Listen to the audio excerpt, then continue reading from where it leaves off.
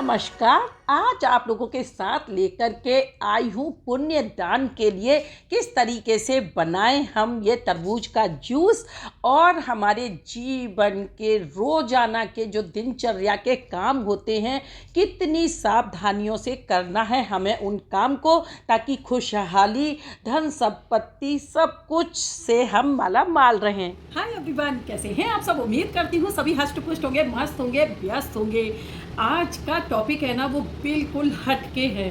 क्या है कि हम कुछ काम अपनी दिनचर्या में ऐसे कर जाते हैं जो हमें बहुत टाइम तक परेशान करते हैं। धन से, संपत्ति से, हमारे हर्षोल्लास से, हर चीज़ से हमें दूर कर देते हैं, हमें कष्टों में डाल देते हैं। तो कुछ चीज़ें ऐसी हैं जो हम अपना दिन स्टार्ट करते हैं तो सबसे पहले जो हमारे शास्त्रों में नियम बताए गए हैं उन नियमों के अनुसार तो हम सभी नहीं चल सकते, बहुत मुश्किल होता है। लेकिन हाँ, कुछ एक नियमों का पालन करके हम अपनी मुश्किलों को थोड़ा सा आसान ज़रूर से कर सकते हैं।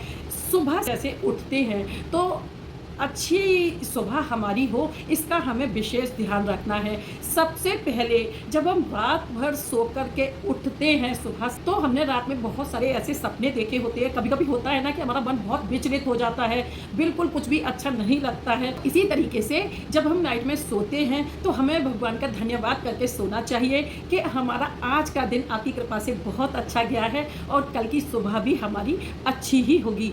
सुबह जब उठते हैं ना तो आज का चलन है कि गुड मॉर्निंग करते हुए बच्चों को भी गुड मॉर्निंग, बच्चे बोलते हैं गुड मॉर्निंग।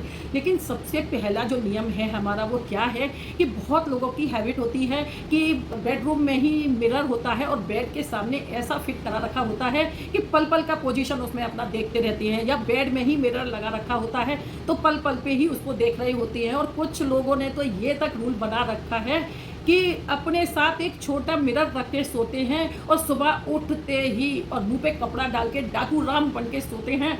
पता नहीं क्यों ऐसा करते हैं।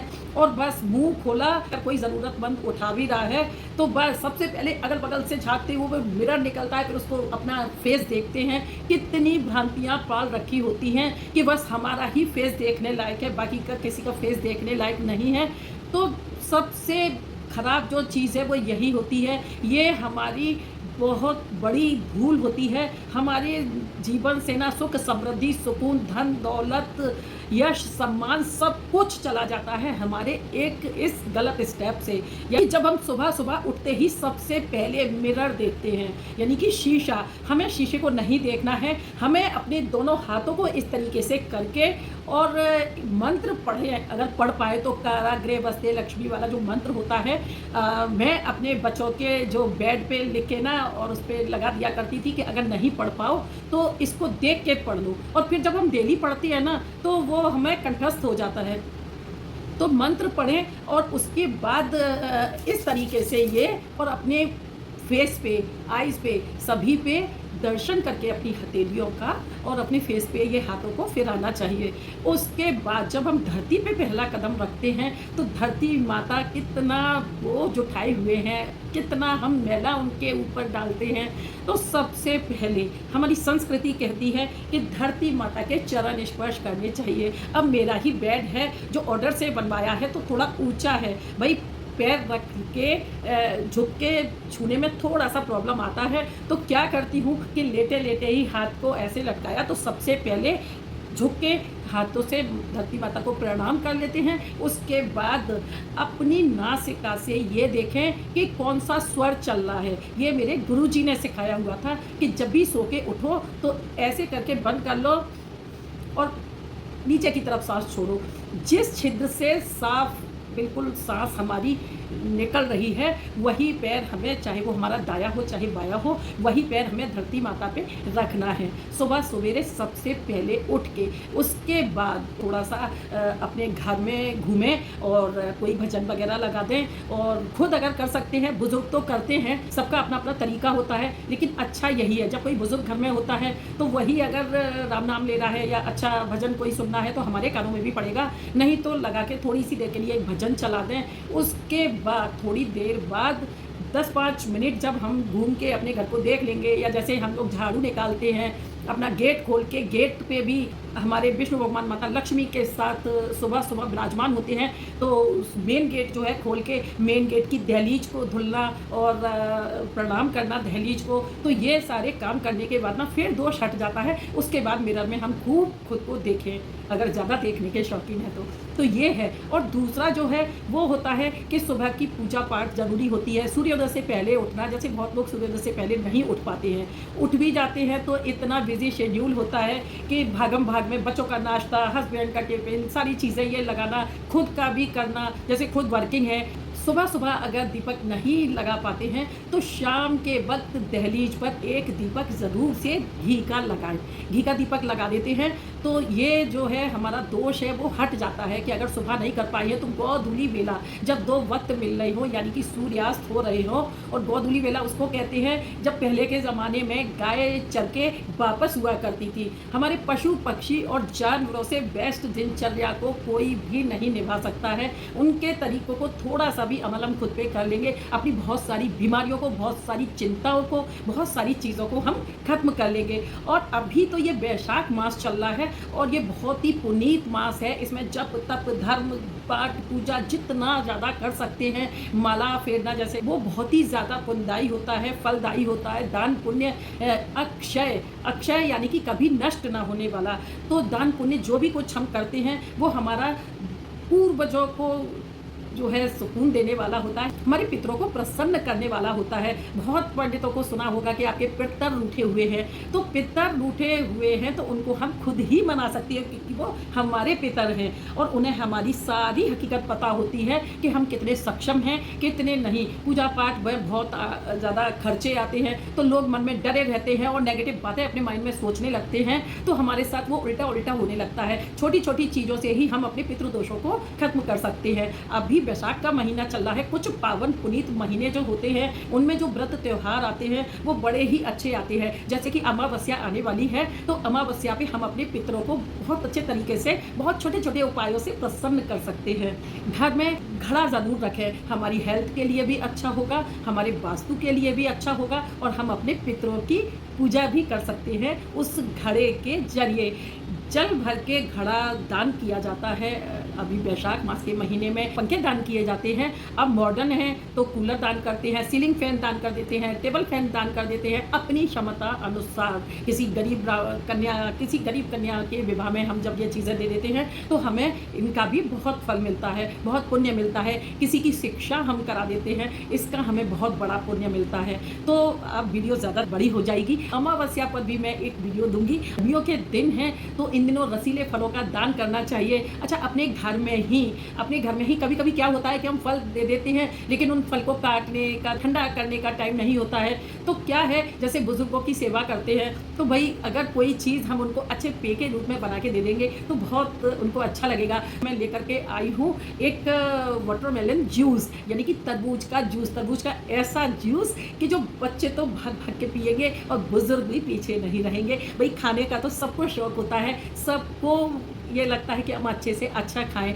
तो इस वैशाख के महीने में पानी का दान बहुत बड़ा दान माना जाता है। तो ये जो रेसिपी है बड़ी अच्छी रेसिपी है, इसमें कुछ खास नहीं है कि ज़्यादा हमें कुछ करना पड़ेगा। बस तरबूज को लेना है, काटना है, उसका जूस बनाना है। अब चाहे हम 2 गिलास के लिए मेहनत करें या हम 10 गिलास बनाएं या 10 की जगह हम 20 गिलास बनाएं। हाँ, थोड़ा हमारा टाइम 10-5 मिनट ज़्यादा या कम हो सकता है, ये नहीं कि हमें घंटों लग जाएंगे।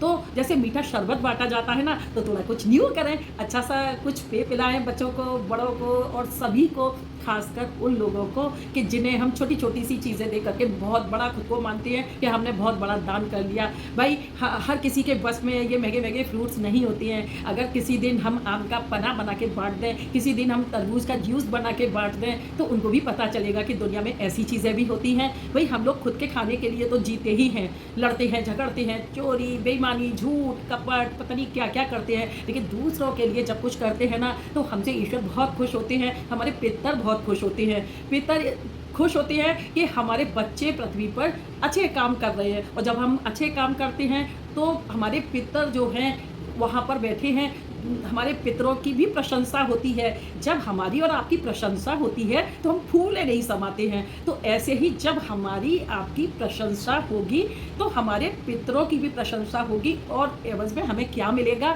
उनका आशीष मिलेगा, उनका हमें जो कोप नहीं सहना पड़ेगा, जो गुस्से में होते हैं। तो बस आज के लिए लेती हूँ मैं विदा। और ये वाटरमेलन जूस की रेसिपी है, बहुत ही ईज़ी है। अक्षय तृतीया पर ज़रूर से जल के प्याऊ सभी लगवाते हैं, मीठे शरबत के लगवाते हैं, तो इस बार लगवा दीजिए तरबूज के जूस के प्याऊ। तो ज़्यादा नहीं, थोड़ा ही सही, लेकिन करें ज़रूर, अपनी सामर्थ्य अनुसार करें ज़रूर। तो चलो देखते हैं। तरबूज को काट लेना है, सभी नॉर्मल काट लेते हैं। मिक्सी का कोई भी जार ले लें और इसमें चीनी ऐड कर लें और नींबू का जूस ले लें और अच्छा फ्लेवर देने के लिए पुदीना ले लें। थोड़े से आइस क्यूब्स ले लें या बर्फ़ को कूट लें, बड़ी वाली बर्फ़ हो तो ज़्यादा, अगर बना रहे हो तो। और उसके बाद इसको चर्न कर लें अच्छे से। अच्छा, इसमें बीज तो निकाले नहीं हैं, तो उसको निकालने के लिए इसको क्या करेंगे कि छान लेंगे। तो जैसे बड़े टुकड़े रह जाएंगे ना, कोई बात नहीं है, रह जाने दीजिए। अच्छे से स्ट्रेनर में इसको छान लेंगे। हाँ, पानी बिल्कुल भी इसमें मिक्स ना करें, बहुत से लोग पानी भी मिक्स कर देते हैं, तो पानी मिक्स ना करें, चाहे थोड़ा ही दें किसी को। और थोड़े से तरबूज के पीस छोटे छोटे से कट कर लें। अब जैसे कोई मेहमान आया है तो उसको एक नींबू स्लाइस, कुछ पुदीने की पत्तियाँ, आइस क्यूब्स डाल के गिलास में इस जूस को ऐड कर दें, है ना। और उसके बाद अब इसको नींबू के ही एक स्लाइस से डेकोरेट कर लेंगे। थोड़े से ये तरबूज के कटे हुए पीस ले लेंगे, पुदीने की पत्तियों से डेकोरेट कर देंगे और ये देखो हो गया हमारा रेस्टोरेंट स्टाइल में जूस रेडी। हाँ, बुज़ुर्गों और बच्चों को जब दें तो इसमें आइस बहुत कम रखें। और हाँ, तरबूज की रेसिपी और मेरे बताए हुए जो कुछ एक टिप्स हैं, अगर आप लोगों को पसंद आते हो तो प्लीज़ चैनल को सब्सक्राइब कर लिया कीजिए, शेयर कर लिया कीजिए अपनी फ्रेंड्स, फैमिली और रिलेटिव्स के साथ। कुछ भी नहीं लगता है इसमें। कुछ लोगों को तो ये भी लगता है, एक लेडी थी तो उन्होंने मुझसे पूछा कि हम आपका चैनल सब्सक्राइब करेंगे तो इससे क्या हमारे पैसे कटने लगेंगे? मुझे बहुत हंसी आई और आज इसीलिए मैंने सोचा कि जो भी मेरे व्यूअर्स हैं, देखने वाले हैं, शायद कहीं ना कहीं उनके भी मन में ये बात तो नहीं है कि भाई हमारे पैसे कटेंगे। तो ऐसा कुछ भी नहीं होता है। आपकी एक सब्सक्रिप्शन से, लाइक से बस मेरे व्यूअर्स बढ़ सकते हैं और मुझे मोटिवेशन मिल सकता है। पैसे वैसे कुछ नहीं कटते हैं। तो लाइक करें, सब्सक्राइब करें मेरे चैनल नीलश्री वाइब्स को, शेयर करें फ्रेंड्स, फैमिली या रिलेटिव्स के साथ। पहली बार आए हैं तो बेल आइकन को प्रेस करना बिल्कुल भी ना भूलें, ताकि वीडियोज़ के नोटिफिकेशन फर्स्ट एंड फर्स्ट आपके सामने हो। हंसते रहें, हंसाते रहें, मस्त रहें, व्यस्त रहें, देखते रहें मेरे साथ नीलश्री वाइब्स को। Thanks for watching.